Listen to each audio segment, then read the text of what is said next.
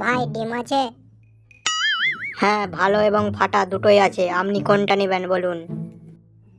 কোনটার কত দাম? এক পাতা ভালো ডিমের দাম 50 টাকা, আর এক পাতা ভাঙা ডিমের দাম 20 টাকা। ও আচ্ছা, তাহলে এক হালি ভালো ডিম আমাকে ফাটিয়ে দিন। আমাকে একটা টয়লেট টিস্যু পেপার দিন তো। সাদাটা না হলুদটা?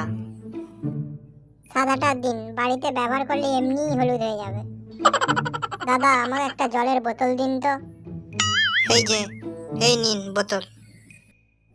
দাদা বলছি জলের সঙ্গে ফ্রিটা দিলেন না যে? না, এটার সঙ্গে তো কোনো কিছুই ফ্রি নেই।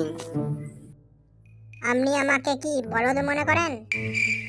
এই যে বোতলের গায়ে লেখা আছে আর্সেনিক ফ্রি, তাড়াতাড়ি আর্সেনিক বের করেন। দাদা আপনার দোকানে কি খোলা চিনি আছে? হ্যাঁ, খোলা চিনি আছে। কই দেখছি না তো।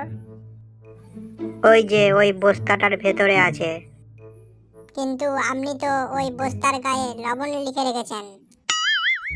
আরে ভাই বলেন না, পিমড়েরা যাতে বুঝতে না পারে তার জন্য লিখে রেখেছি লবণ।